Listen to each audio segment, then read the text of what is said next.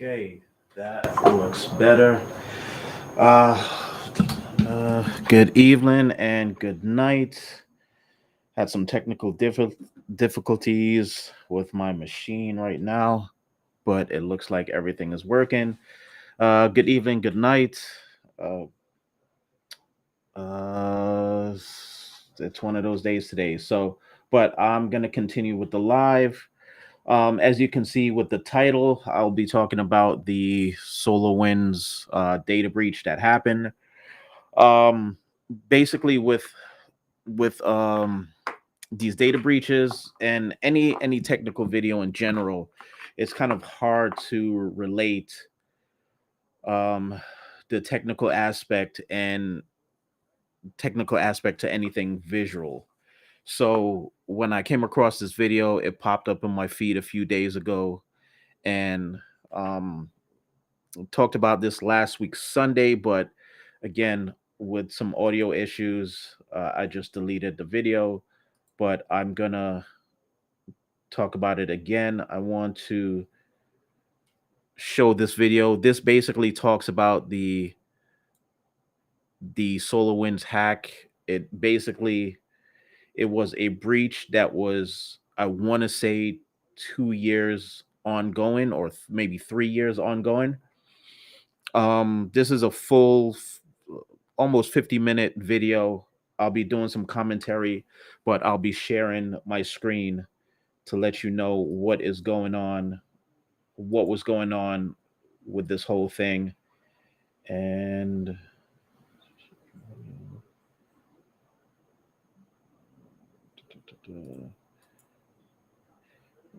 so I'll let you know what's going on during the video, and giving you some commentary behind the scenes of what was happening. So let me share this, and let me make sure the audio's good and everything looks good. So let's get into it. Good development story to talk about. The U.S. Treasury and the Commerce Department among the federal agencies that were victim of a massive cyber attack on the U.S. government was far more wide-reaching than previously thought. Unprecedented in audacity and scope. From a software engineering perspective, it's probably fair to say that this is the largest and most sophisticated attack the world has ever seen.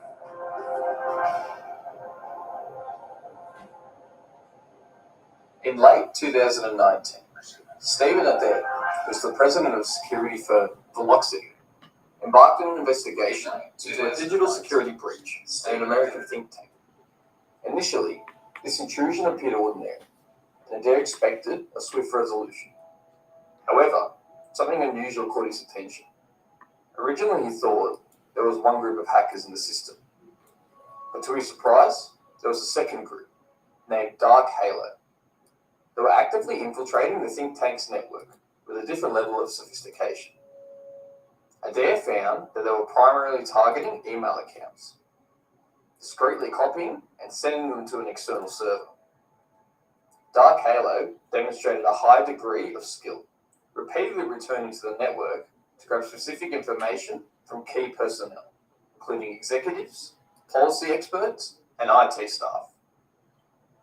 Velocity's team took immediate action, ejecting dark halo from the network. However, the adversaries had a hidden ace up their sleeve. Unknown to Adair's team, the hackers had implanted a backdoor into the network 3 years ago. A malicious code that established a covert portal enabling them to enter and communicate with compromised systems. Now, for the first time, they exploited this secret access. Adair described the situation by saying, "We shut down one door, and they quickly went to the other." A week was spent getting rid of the intruders and removing the backdoor. Nevertheless, the hackers made an unexpected return in late June 2020, resuming their email exfiltration from the same accounts. Intense investigations resumed, as they were trying to determine how they had re-entered the network. Velocity narrowed down their focus into one of the think tank's servers, a system running software developed by a well-known but relatively obscure Austin, Texas company named SolarWinds. Adair and his team initially suspected the hackers had introduced another backdoor into the compromised server. However, despite thorough examination, they couldn't locate such an entry point. So what they did was they expelled the intruders once again and disconnected the server from the internet to ensure security. Adair hoped this would mark the end of the ordeal, but a lingering sense of unease nagged. Nights were filled with a troubling sensation that something was being overlooked. As it turned out, Velocity was not alone in grappling with this problem. While this was happening, the US Department of Justice was wrestling an intrusion tied to a server running a trial version of the same SolarWinds software. Apparently, the Department of Justice detected suspicious traffic from the server. So I want you to just take notes, because the Department of Justice will come back up later on during the documentary, and it's interesting to see what their part is in this. But just take note; they'll come back up in the documentary. So let's continue. Server to the internet in late May to investigate and enlisted the service of Unveiling, a renowned cybersecurity and digital forensics firm. Additionally, Microsoft became involved, although the exact reasons remain unclear. A Justice Department spokesperson confirmed the incident and investigation, but declined to comment on Mandiant and Microsoft's roles. An insider suggests that investigators suspected the hackers had directly breached a Justice Department server, potentially by exploiting a vulnerability in the SolarWinds software. They reached out to SolarWinds, even referencing a specific file believed to be related to the issue. However, SolarWinds engineers could not identify any vulnerabilities in their code during weeks of collaborative efforts, and communication eventually stopped. At this same time, the Justice Department was unaware of Velocity's same problem. Behind closed doors, a growing sense of unease began to fill the government and security industries. Communications, which had been improving between the government and external security experts, suddenly stopped. As months passed, individuals who typically shared information became very shy. Some within the government had concerns that a major cyber operation was unfolding, and they were just trying to figure out how large it was. Unknown to them at the time, the Justice Department and Velocity had uncovered one of the most sophisticated cyber espionage campaigns the world has ever seen. The attackers had indeed compromised SolarWinds software, employing techniques previously unseen by investigators. This intrusion granted them access to thousands of SolarWinds customers, including at least 8 federal agencies, also major tech companies and security companies. Even Microsoft and Mandiant were among the victims. 6 months passed before investigators finally cracked the case, unraveling the web of complexity and meticulous planning. Although the public's understanding of the campaign's full impact remains incomplete, some federal agencies lacked comprehensive network logs, potentially rendering them unaware of the full extent of data theft. Furthermore, experts suggest that SolarWinds may not have been the sole vector in the operation, raising concerns that other software vendors might have unwittingly facilitated the malware spread. This video is the behind-the-scenes investigation that ultimately led to the unveiling of the hacking operation, shedding light on its development and everything we know so far. November 10th, 2020, marked the beginning of an unexpected ordeal for Mandiant. Hannah Parvis, an analyst at Mandiant, responded to a seemingly routine security alert trigger when an employee added a new phone to the company's multi-factor authentication system. Typically, the system sends one-time access codes to authorized devices for employees to access the firm's virtual private network. However, the Samsung device in question had a problem. It didn't have an associated phone number. Upon looking into the phone's activity logs, Parvis found something. The employee seemed to have used the Samsung device to access a VPN from an.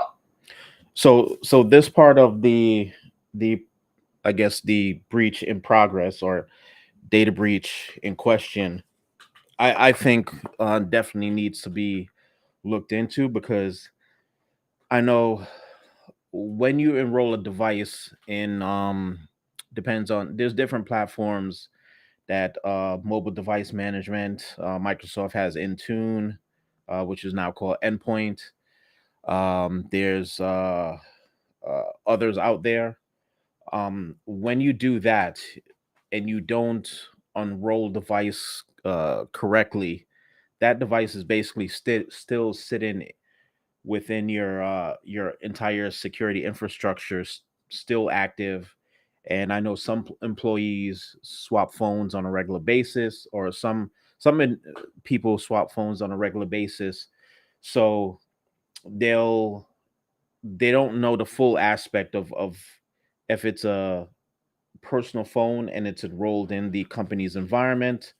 They don't really know the full aspect of what's behind that phone and what privileges it has. So some people go, hey, my phone is damaged, let me remove it from the network.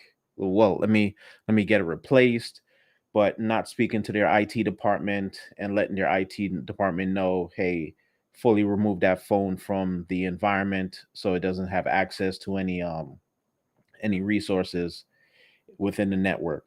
So I think that was one of the biggest red flags so far. You had I believe it was an engineer that got his phone replaced, but it wasn't fully removed from the environment. From an IP address located in Florida, a place far away from the employee's actual residence. What added to the mystery was that the employee's old phone was still enrolled in the multi-factor authentication system. Curiously, the Samsung phone had been used to log in from the Florida IP address simultaneously with the employee using their iPhone from their home state.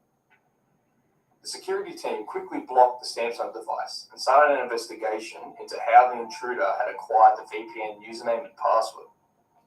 Soon, it became clear this wasn't an isolated incident just for that single account. The attackers had executed a golden SAML attack, a highly sophisticated method for hijacking a company's employee authentication system.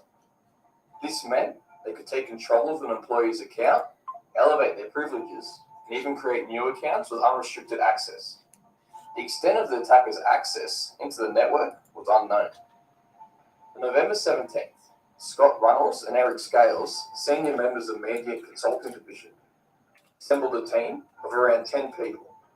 They quietly grabbed people from other projects without saying why, not even saying when they will return. Containing the information flow was crucial. They needed to create control over who was aware of the operation.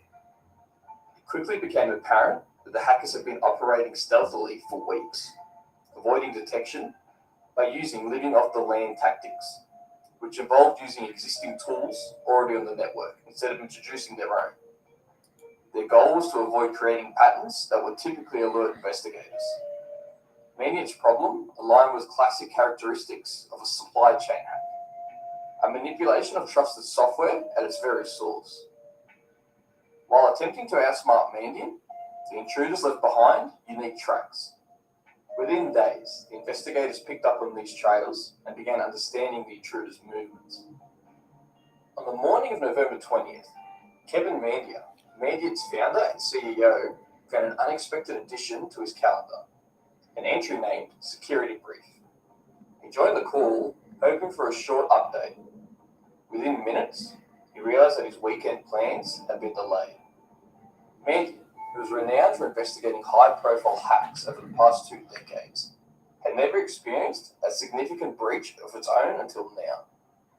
As the team described how the attackers had covered their movements, Mandiant's mind flashed back to his early career, where he had encountered Russian threat actors who persistently tested systems, evading capture as soon as investigators drew close.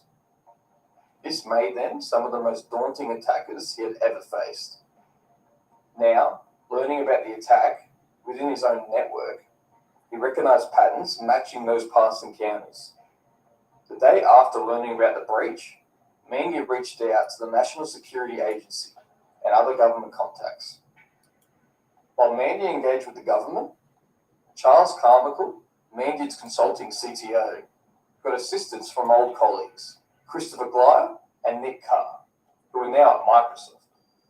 Carmichael didn't give them much information, merely stating that he needed help identifying certain activities. Exchanges with employees of the 2 companies were common, so Glyer received a request without suspicion. He spent hours in the evening examining the data provided by Carmichael, afterwards passing the work over to Carr, who was a night owl, for further analysis. Glyer and Carr didn't recognize any familiar tactics from known hacking groups, but they sensed the significance of what Mandiant was tracking. The jury determined that there were multiple victims the hackers had created a connection with, and the attackers had established a dedicated control and command server for each victim, cleverly naming these servers to mirror legitimate system names within the victim's network. This approach minimized suspicion. In the process of tracing these servers, Glyer and Carr stumbled upon information Carmichael had not shared. Mandiant itself had fallen victim to the hack. The revelation was a holy shit moment, according to John. So, providing some context about threat actors, when they get in, they try to that is a common tactic I've seen before, where threat actors, once they get into a environment, they'll do something like create a support account, or rename a server, not even rename a server, but just clone a server, name a server to copy another server's name. So things like that. Good deception tactic. I've seen it before. I've talked about it before, where one of my clients, a threat actor, got past 2-factor authentication. Um, and while it was happening in real time, I was able to see that the threat actor created a what's called uh, a support account email. They called it support at the domain, but I was able to see that happening in real time, because I take snapshots of all the accounts that are in my any client's Microsoft 365 tenant. So if anything happens, pretty much with my platform, I know when a new account is created. And I think I was still in the process of kind of just managing that account on the back end, making sure everything was set up correctly. So, but during that breach, that attempted breach, that is a known tactic. Most threat actors would do. They'll create an account that's very inconspicuous, and you won't even think twice about it. But let's continue. John Lambert, head of Microsoft Threat Intelligence. The intruders were solely interested in data theft. They were conducting counterintelligence against one of their biggest opponents, Mandiant. As Glyer and Carr continued to connect the dots, they recognized signs of this hack in unsolved attacks from previous months. The intruders' extraordinary skill and attention in concealing their tracks began to resemble the tactics of the SVR, Russia's Foreign Intelligence Agency.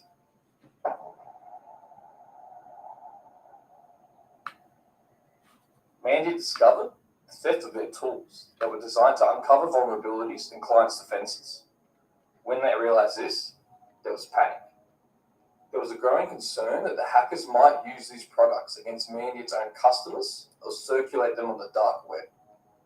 To counter the threat, Mandiant assembled a team tasked with creating a method to detect the use of these tools. Scott Runnels' team was on a frantic quest to find out how the hackers had infiltrated Mandiant unnoticed. Given the pandemic, the team operated from their homes, connected via an 18-hour daily conference call. They searched logs and systems, painstakingly documenting every move the hackers had made. They ended up becoming very familiar with each other's lives. Background noises of children and partners, and the occasional snoring of a pitbull at Runnels' side. Runnels even answered a Mandiant's executive call while in the shower. Runnels and Scales would brief Kevin Mandiant daily. In every meeting, the CEO posed the same question. How had the hackers managed to infiltrate their systems? The investigators remained without an answer. On December 8th, when the detection tool was repaired and Mandiant felt it had sufficient information about the breach, the company decided to break its silence and publicly announce the hack. However, the statement was very vague on specifics, revealing a sophisticated hack had stolen some of their security tools, many of which were already public, with no evidence of their use. Carmichael was worried that customers might lose confidence in the company, while concerns lingered about the reactions of their colleagues, fearing a So what I'm gonna do is I'm gonna do a two-part to this. I'm gonna let it play for another 5 minutes because this video is pretty lengthy. So I'm gonna do another 5 minutes of this, and then I'm gonna stop it here, and then do a part two next week to kind of finish up the video and give you some context and furthermore.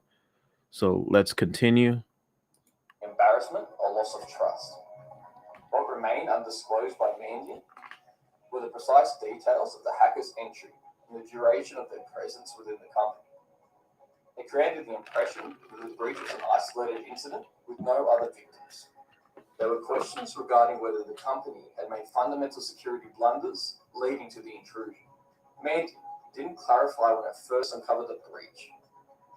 Runnels' team had proposed numerous hypotheses, and they had spent weeks investigating each one, often ending in disappointment.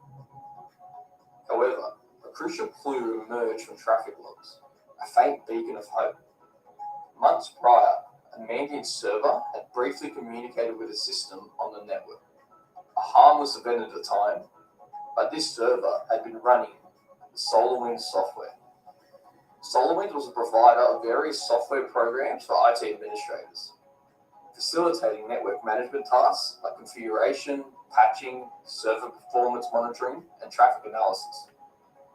Mandiant relied on one of SolarWinds' most popular products, the Orion software suite, which should have communicated with SolarWinds' network solely for regular updates. Yet, it was connected to an unknown system, likely the hacker's command and control server. Mandiant had previously assisted the Justice Department in an intrusion on a server that used the SolarWinds software, raising questions about why the experts at one of the world's best security firms failed to recognize the connection between these two cases. That is a very good question. And I know there's more to this video that I want to jump into, but I'm gonna leave that for part two. But I want to leave you with that statement in mind. A top security as a service company basically got breached and so forth. But it gets pretty interesting. It does get pretty interesting. The documentary does go into a little bit, go in a little bit deeper on its analysis. But I'm gonna stop it here because we're at the 30-minute mark, and I had some technical difficulties today, so I don't want to stay that long doing a live. But I'm gonna end it here. Please like, share, and subscribe, and come back next week, Sunday, for part 2.